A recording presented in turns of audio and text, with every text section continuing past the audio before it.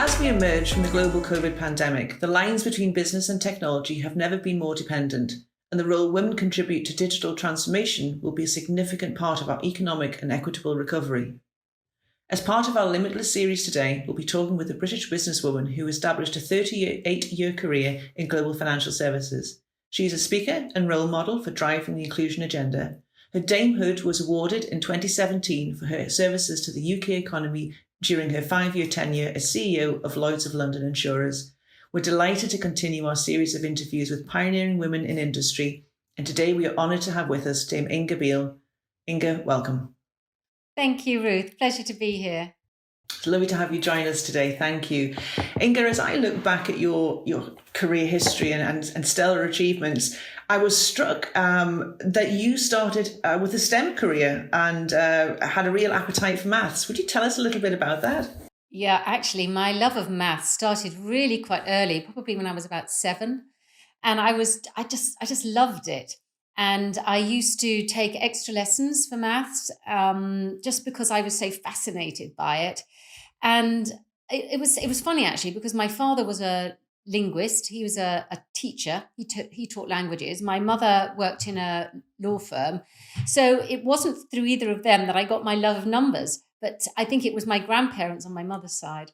My grandfather was he was a banker and he loved numbers, and that was it. And then when I did A levels, I did sort of economics, accountancy, mathematics, anything to do with trying to understand what drives the economy and the importance of numbers, actually. And I suppose numbers are a key part of insurance and trying to assess risk, measure risk, price risk, assess things. So I guess that's why I stayed in insurance for 38 years. And seem to have loved it because your eyes open, you talk very passionately about it. But, respectfully then, that wasn't a typical career for a girl to go into. I think now we look at that very differently. And you said that, you didn't necessarily get steered to it, but you did it as a passion. So did you actually find it as a vocation? Well, no, I mean, I wanted a job. And I was actually offered 2 jobs, and this was back in the 80s. So things were very, very different then, not like the people who are struggling in a way to sort of start their career.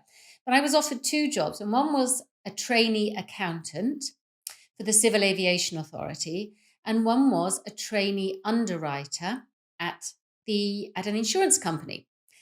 And the insurance company was going to be paying me at that time £300 more a year. So I took that job. And that was how I ended up in insurance, not really understanding. In fact, it was actually reinsurance. So it was insurance of insurance companies. So something that I didn't even know about. I mean, who knows about the world of reinsurance? Often people think of insurance as perhaps buying some life assurance or insuring your motor car or something. This was reinsurance. So it was right in the city of London, in the financial district, the heart of the city. And I just got transfixed by it because it was such an important part of actually society at large. And I can remember, there would be a dreadful catastrophe, say in Mexico, a big earthquake in Mexico, shock, horror, all these people were dying and losing their homes. And there we were as reinsurers paying up and helping people put their lives back together. And so it was that human side of what reinsurance and insurance can do, particularly in these big disasters. That's really what sort of, made me think I was working in an area that was doing good for the world. And it wasn't just all about making money. So that commercial lens, that decision to join the organisation because it was a higher salary, but then actually when you got there, found it was a real humanitarian side to an industry that perhaps we don't see that when we look at insurers. So thank you for calling that out. I think it does make us reflect. But you talk about the 80s, and certainly when those of us who are old enough to remember the 80s, remember the city particularly being quite male dominated, bowler hats, pinstripe suits, etc. For a young woman entering her early part of her career, what was that like? It was pretty terrifying in a way. I worked, and it was open plan back then in the 80s, in 1982, open plan office, and there were 35 underwriters. And that meant we were at the front line. We were negotiating face to face in those days with brokers, with intermediaries, and we were negotiating deals in a very, I suppose it was like a trading environment, like you think of as, the stock exchange before it went digital. And out of the 35 underwriters, I was the only female. So it was, in a way, pretty terrifying. And my coping mechanism, I guess, was just to be like one of the boys, because I so wanted to feel I belonged and I so wanted to be included by them all that I behaved really like them, and I went down to the pub with them. I sort of wanted to join in all their sort of activities. And a bit sad in a way, because I didn't see any female role models. There were no senior women for me to look up to and to think, actually, I don't have to be like them. I can be me. I can be a woman. But I think fundamentally, the thing that kept me going was actually, it was the sport I was doing outside of work. Because the sport I rowed a lot, so it was very important for me to leave work early enough to get down to row on the River Thames. But then I picked up rugby and started playing rugby for Wasps, and I believe it was the sort of going out of the work environment, going out of the city, going to your rugby club, doing the training, being part of a team. It was that, I think, that sort of kept me going, because they were my support network, and that was where I felt really, really included. So a different release mechanism to find that connection and an inclusive environment, but not able to bring your true self to work, that you were conforming and acting like your fellow colleagues. I was. And then one particular day, I think I'd been working 7, 8 years by this time, there was a very sexist incident, and my desk was sort of plastered in posters of scantily clad and near naked women. And I mean, this was the late 80s, right? Just sure things don't, well, I hope they don't happen these days. And that was it, really. And that was, so even though I'd worked fairly successfully for 7, 8 years, that incident happened, and that was it. And it was sort of the straw that broke the camel's back. And I decided to leave. And so I walked out of my work. I just walked out. I didn't tell anyone that I was leaving. I just walked out and I didn't go back. And this was in the days before mobile phones. I didn't have a mobile phone, and my boss was phoning me at home all the time. I refused to answer, and he just left voicemail after voicemail. And I eventually, I think probably day 3, maybe 4, I did phone him back and said, I'm not coming back to work, because I just said, I just thought, I just can't work here. I cannot work in this industry. So chauvinistic, so unwelcoming. And then I just went traveling on my own, backpacking around the world for a year. Well, thank you for sharing that instance. And from, I think, what you've shared in the past, that's perhaps one of many. It's the straw that broke the camel's back. That continuous environment of sexism clearly was very pivotal, and to that point where you take a brave decision to walk out, but also a very emotionally driven one, as enough is enough. So, I thank you on behalf of everyone who listens to this for sharing such a brave tale. I think it will give us an awful lot of courage in things that we face into. So you took some time out, and I know you shared previously when we were speaking that you didn't go to university, but this time out was almost like your university of life. Can you share a little bit about your travels? It was because I had left in a hurry, and I hadn't really saved up for this trip, and I didn't really know where I was going. I just bought a round the world air ticket that, providing you kept traveling in the same direction around the globe, you could eventually get home. And my first stop was Mumbai, or Bombay as it was called then, and I didn't know where I was going to stay that night. And that was my then adventure. I just kept traveling, never knowing really what I was going to do the next day, what transport I was going to take. And I just met some amazing people along the way. I got into nothing too dangerous, but a few scrapes that I didn't feel that comfortable, because again, I was a youngish woman in my late 20s, traveling on her own in some countries in the late 80s, which that was quite an unusual sight. But I traveled through India. I went to Thailand, Taiwan, Hong Kong, and then I ended up in Sydney after about 6, well, maybe 4 months. Got to Sydney, needed some money by this time. So I got a job, and it was a job basically being the receptionist at the BBC's office in Sydney. A smallish office, but there were, it was quite important. I suppose there was a journalist called Michael Peshartz. I think he's still around, actually, working for the BBC. He was the journalist there at the time for the BBC for Australia and New Zealand. But importantly, the manager of the whole office was a woman. And what surprised me was that she wore trousers to work, because in the 80s, in those days, I mean, there was no way. You couldn't even go into the Lloyd's of London building as a woman if you were wearing trousers. You had to conform to the right appropriate clothing. And there she was wearing trousers, and she was being the boss. And what really struck me was that nobody commented on the fact that she was a woman or made sexist remarks about her at all. She was just respected for being the boss. And I thought, wow, women can be the boss. You can be in senior roles. And it was very inspirational. So she was the very, very first female role model for me.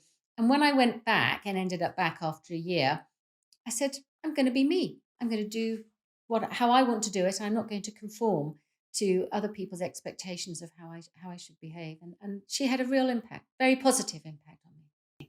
It does show the positive impact of female role models, that when you see one and they're successful, it's like, actually, there is a breakthrough. This can happen. And clearly it did for you. You returned back to the UK and you reconsidered financial services. Well, I got my old job back.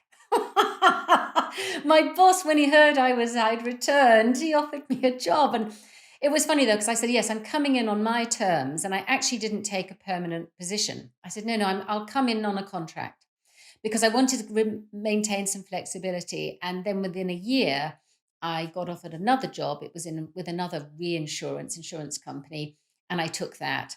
And that was a very different environment. It was a big American company, GE at the time, General Electric. They sold it later, but at that time it was owned by GE. And it showed me another side of how you can run and manage companies and be much more inclusive in the way that you're treating people, promoting people, etc. So that clearly wasn't a naive decision, because your eyes were wide open, you knew what to expect. But I like the way you've positioned that this was now on your terms and you could see how to do things differently. But industry didn't necessarily move at the same pace as your ambition and your experiences. So was that also a brave decision? And what did you encounter as the kind of cultural barriers? Well, I don't think that it wasn't so much courage to take that particular role. In fact, I didn't really build up the courage that I have now until a little while later, because after 2 years there, I was offered promotion, and I didn't actually take that first promotion because I was too nervous. I just thought I just wasn't ready. And so I said no. Now, little did I realize at the time that my boss had, as GE had in those days, and this was back in the 90s, had targets for promoting women and targets for promoting ethnic minorities, whatever an ethnic minority means in whatever country you operate in. And he because he couldn't get me to say yes to the promotion, he wasn't going to hit his target, and therefore he was going to have his bonus impacted. And that was very important, because that meant, and I didn't know this at the time, but that meant that he called on the group resources to come and support me and help me through this moment. And they did. And a woman came over from the US, spoke to me, tried to find out why I'd said no. Basically, the company supported me. I went on a training course, and I came back and said, right, I'll take the job. And that was a very important part of my sort of really my first management role and the first step on the career ladder. But it was 12 years since I started work, and that was my first manager job. So I didn't have an early start by any stretch of the imagination. So interestingly, in that 12 years, clearly you were building up an awful lot of experience and were demonstrating, great competencies in business leadership, but not given an opportunity that perhaps others would have been afforded. Then it was Quotas that enabled you to take a role. Now, there is a lens, and I think many listeners to this will resonate, that imposter syndrome. You've said, first of all, you didn't want to take it. You didn't think you were qualified. I shouldn't be doing this. It's not for me. I think that would resonate very strongly. But you did take the role. And tell me your view on Quotas, because I think for many people, it's not wanting to be a token appointee. because we want to be there on merit. And yet, if we don't take the roles and we don't take the chance, we're never going to be visible and never going to be seen and be able to demonstrate what we can do. So there's a bit of a dichotomy there for people. Yeah, and there's still a sort of somewhat raging debate about it. And of course, quotas are when there's a legal requirement. So the government comes in and demands quotas, as they did in Norway, and I'm half Norwegian, but they demanded that you had to have 40% women on boards in Norway. And then the targets are usually what the companies can set themselves. Now, I suppose I got fed up of the lack of progress. So I have become more and more outspoken about the need to force targets. GE was my very first experience of the advantages of that. In other words, I was a woman, and because of societal pressures and all sorts of other things and microaggressions and behaviors in the office, women don't necessarily get chosen or choose to put themselves forward for these opportunities. So having had that really positive experience with the target, I'm absolutely for them now because it's the only thing that's really going to change the dial. Now, I remember being at a women's network at GE, and the big boss of GE Group was visiting London. I was sitting at the lunch table with him, and he was asked, well, why do you support these women's networks? Why is this important? And he basically said, well, we need to give women a helping hand right now until there's a level playing field. And when I think about it, and I thought about Lloyd's, when I joined Lloyd's, and it was 325 years old, and I sort of thought, why are there so few women at Lloyd's? Well, of course, they'd had 100% quota for men for centuries. Remember, they never employed women, they only employed men. So I sort of think, why would I be upset now that someone wants to employ me as a woman? Because none of those guys ever got concerned that they were chosen because they were a man. So I think it's a case of trying to think of it differently. And fundamentally, things are not necessarily going to change if we don't force something through. Now, I hope one day we don't have to have this conversation. And it's, there's a lovely equal world and there's equal opportunity for everyone. But there's still a long way to go before we see that. And when I made it to the CEO of Lloyd's of London, I would look at other insurance groups around the world, and there was hardly one female I could see that was running one of those companies. And if I think about that and I think, what happened to those women along the way? Where did they go? Why aren't they at the top of these organizations along with me? I haven't quite worked it out, but all I know is that we've got to do as much as we can to try and change that situation. And be visible. So now you've moved to Lloyd's of London in your career, and you've taken on probably one of the biggest and most recognizable institutions in the insurance world. So your first CEO role is one that's highly public, highly visible. You're taking on digital transformation of something that's been very analog for centuries, and also seeking to change and cultural change as well. That's a huge ask for anybody. And then your role is one that's highly scrutinized because of your gender. Very brave. Tell us a little bit about that. I didn't realize the culture piece was such a requirement. In fact, when the board interviewed me and I was spoken to about the role, it was all about the digitalization. It wasn't actually about culture. They had not seen the need for any culture change. It was when I arrived and I looked at why hadn't the change happened before? Why had my predecessors failed to digitalize the market and move it from paper? And I started to realize that everyone was, most of the people anyway, were fundamentally the same who were working in the market. Thousands and thousands. I mean, just in London alone, and it's a global business, but in London alone, there were about 30-odd thousand people working around Lloyd's and the Lloyd's market. Not necessarily for Lloyd's, but around that market and that ecosystem. And you would look at them and you realize they were all fundamentally the same. And everyone had been hiring clones of them, white men. So I thought, wow, well, that means there's been nobody to challenge, to say this isn't right, because it was very protective and they were all supporting each other.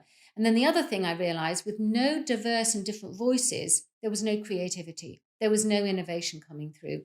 And therefore, I realized I needed to start doing the culture change if we were going to do the modernization and use it and embrace technology. We had to have a whole different type of person coming into the market to mix it up, to make sure that it was vibrant and dynamic, and therefore we were able to attract, for instance, tech-savvy people. Because why did anybody want to join Lloyd's? It looked so old-fashioned. So there were many aspects to it, and so the culture, I realised, fitted and had to change in order to modernise, but I didn't realise it until I got into the task.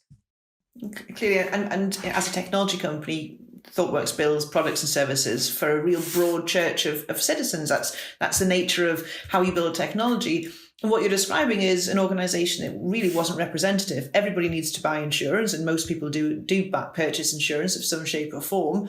But products and services are not necessarily being designed for them. Now, we're very proud this year we reached Stonewall's top 100 equality index, and for an organisation that has continued to have a real social imperative for the 7 years of our existence, we've only attained that now, and yet that's always been our lens.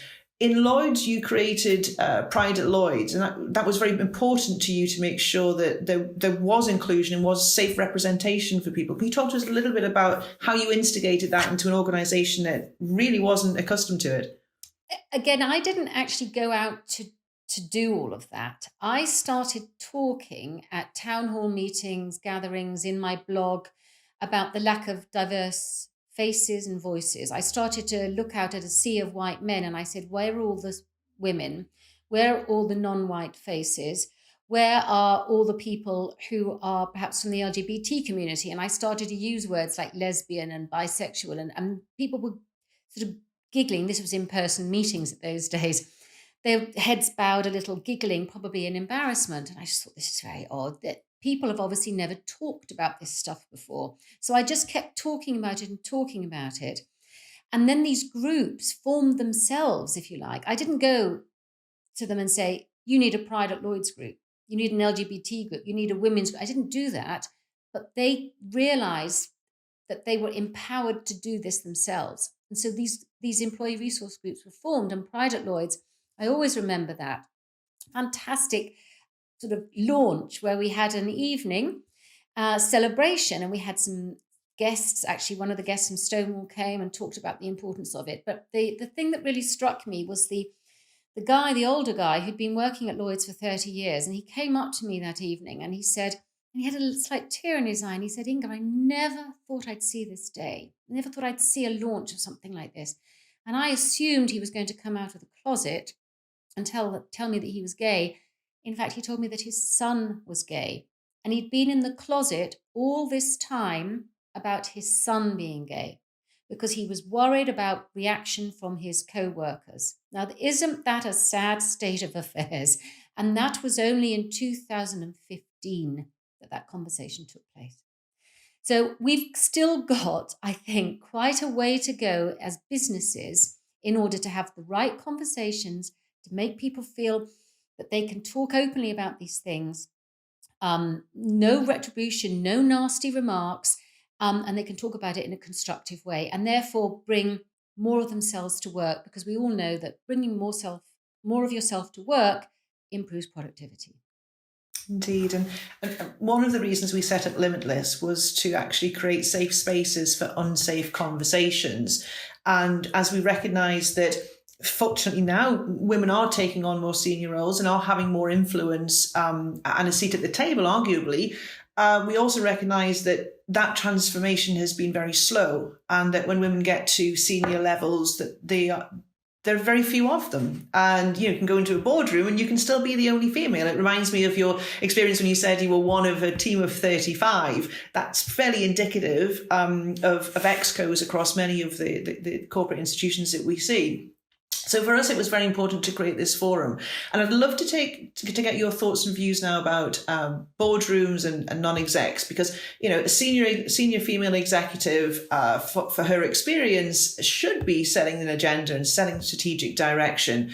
And we know that boards that have female representation frequently have better profitable results. It's 15% is the benchmark, improved indices of having female representation. Arguably, from a logic perspective, you'd think more boards would be embracing having women there. That doesn't seem to be the case. And just this week, we've seen an example of a chair of a large corporate organization saying that unconscious biases doesn't, I mean, he won't use the same words, but, he poo-pooed that by saying it's nonsense. And your experience tells you that's not the case.